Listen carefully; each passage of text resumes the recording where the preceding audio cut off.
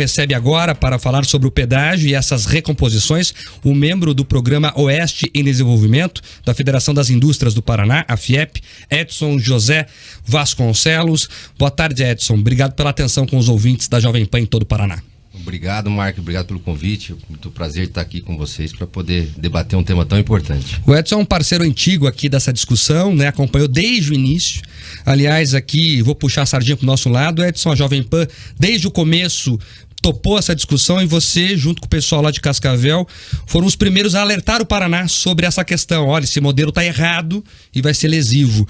Você que acompanha desde o início, né, patrocinou inclusive boa parte da discussão da mudança de modelo, né? Vocês disseram, o Paraná não vai aceitar o que vem de Brasília calado. Mudaram o modelo. Como é que você analisa o momento atual?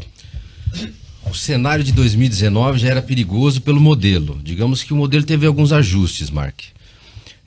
Mas o que assusta agora é que a economia de 19 é totalmente diferente da economia que vivemos hoje. Os parâmetros, como o nosso amigo falou, eles comprometem hoje principalmente o tamanho da malha. Que a gente percebe que em algum momento a gente perdeu o calibre, Mark, de entender até que ponto a gente pode privatizar as rodovias, até que ponto a população pode entender de privatização. Em 2019, nós entendíamos que o anel de integração já um pouco mais maduro, já com as praças e parte das obras feitas, elas patrocinavam a expansão da malha. Era muito perceptível isso, essa extensão de colocar para 3.300. Parece-me que hoje já tem um pouco de dúvida e preocupação quanto a isso. Mas os 23%, falando sobre o reajuste, na verdade é uma recomposição.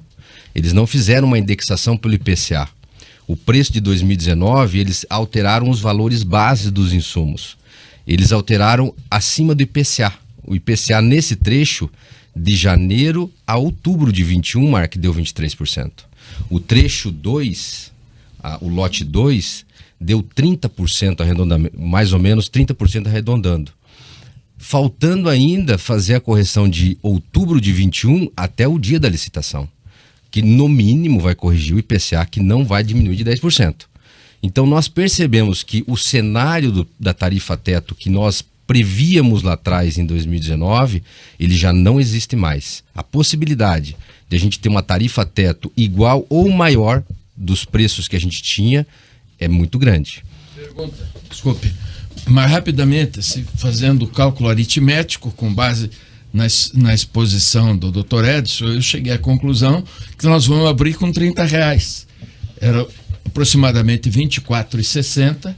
Se praticados os índices que o senhor colocou, nós vamos para uma abertura de 30 sem que tenha sido feita a licitação, etc. Esse cálculo seria para hoje, mais ou menos. Só para localizar, o G fala da praça aqui de Paranaguá. Paranaguá.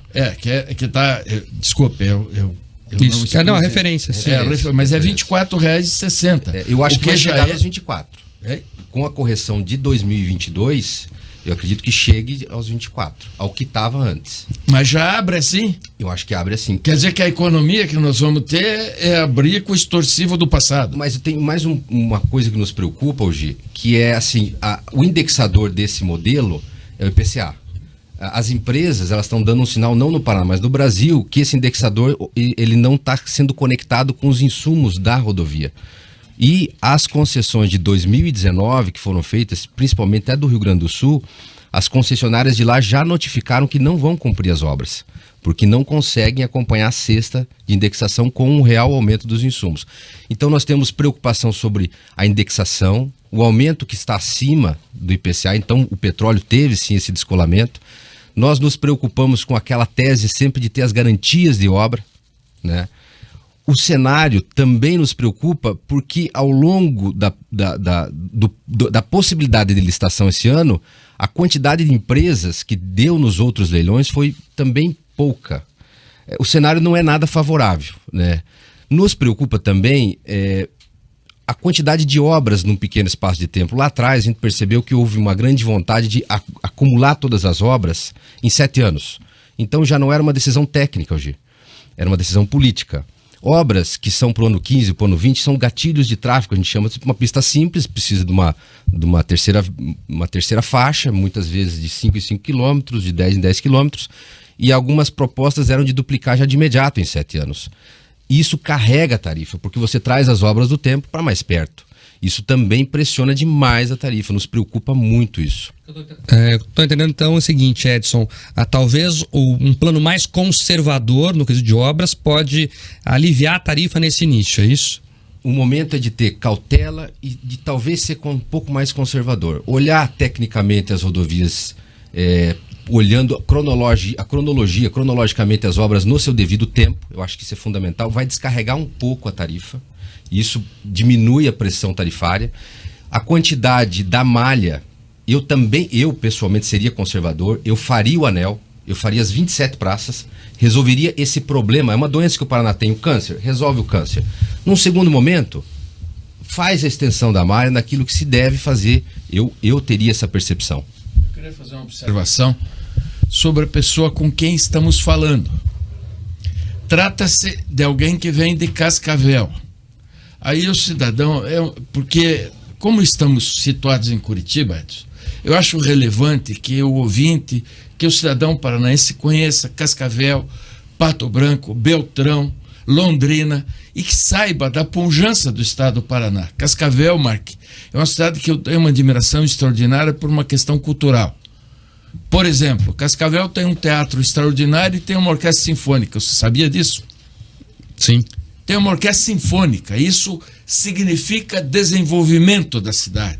Tem 3 universidades e tem um conselho de desenvolvimento que é presidido por esse senhor que está aqui. E tem 10 câmaras temáticas que discutem desde desenvolvimento energético até outras formas de aproximação de uma sociedade moderna e desenvolvida. Nós do Paraná temos motivos suficientes para ter orgulho de quem compõe a nossa civilização paranaense.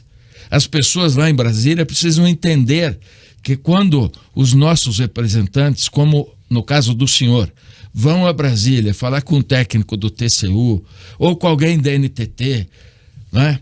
Tem suporte, representam uma sociedade que essa sociedade é a grande geradora de riqueza desse país.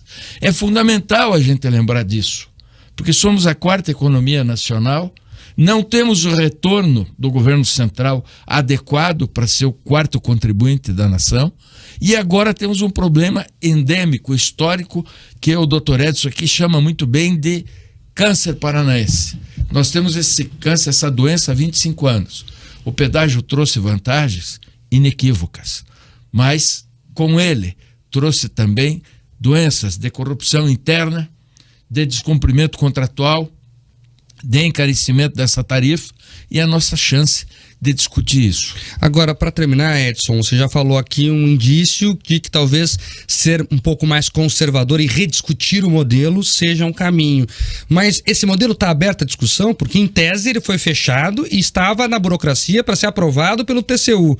Mas, pelo que eu percebo, a necessidade, talvez, de reabrir a discussão no modelo, e aí já emendando uma segunda pergunta, não vai atrasar mais o processo? Bom, atrasado já está. Agora, insistir talvez num equívoco porque já está atrasado, quem está nessa situação mais 6 meses não é o problema. A gente percebe que talvez o Tribunal de Contas ele está dando uma calmada na aceleração do processo por alguns motivos, principalmente no risco hoje que o PPI tem de dar talvez licitação com poucos concorrentes. Porque as empresas estão dizendo que nesse cenário de dúvida, que a indexação não dá garantia de entrega de obras, eles também estão um pouco cautelosos. O que aconteceu de fato, Mark, é que descolou a capacidade de pagamento do usuário, da tarifa, daquilo que está sendo proposto. O governo federal, quando traz a proposta e diz que tem 44 bilhões de obras, que agora vai ser 50 bilhões de obras que vão contratar, é um equívoco. Na verdade, 44 bilhões ou 50 bilhões de dívida que o usuário vai pagar. Então, esta dívida, este compromisso de obras, ele tem que ser um pouco mais rediscutido, a gente entende. Só para poder não perder a chance, nós levamos também semana retrasada, uma proposta de rediscussão de um regime tributário especial do pedágio.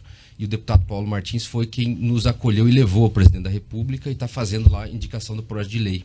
Semana passada, esta semana ele protocolou o pedido. Para nós isso é importantíssimo.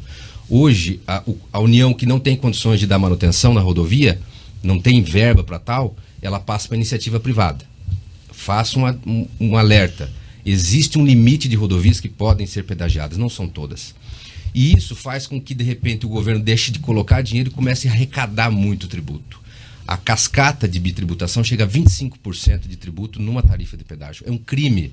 Isso tem que ter uma cota única mínima, razoável, para a gente poder pelo menos voltar a sonhar ter um mínimo de obras numa concessão. Tá certo. O Edson Vasconcelos, da FIEP, que acompanha esse debate desde o início. Você veio de Cascavel de carro, Edson? Não, vim de avião. Veio de avião. Eu ia perguntar como é que estava a estrada, mas a estrada, você tem relatos lá. O pessoal já está reclamando das condições? Já começou, parece que em alguns locais as manutenções acontecerem, né? Mas já é visível alguns buracos e deformações em pista. Não esqueça dos problemas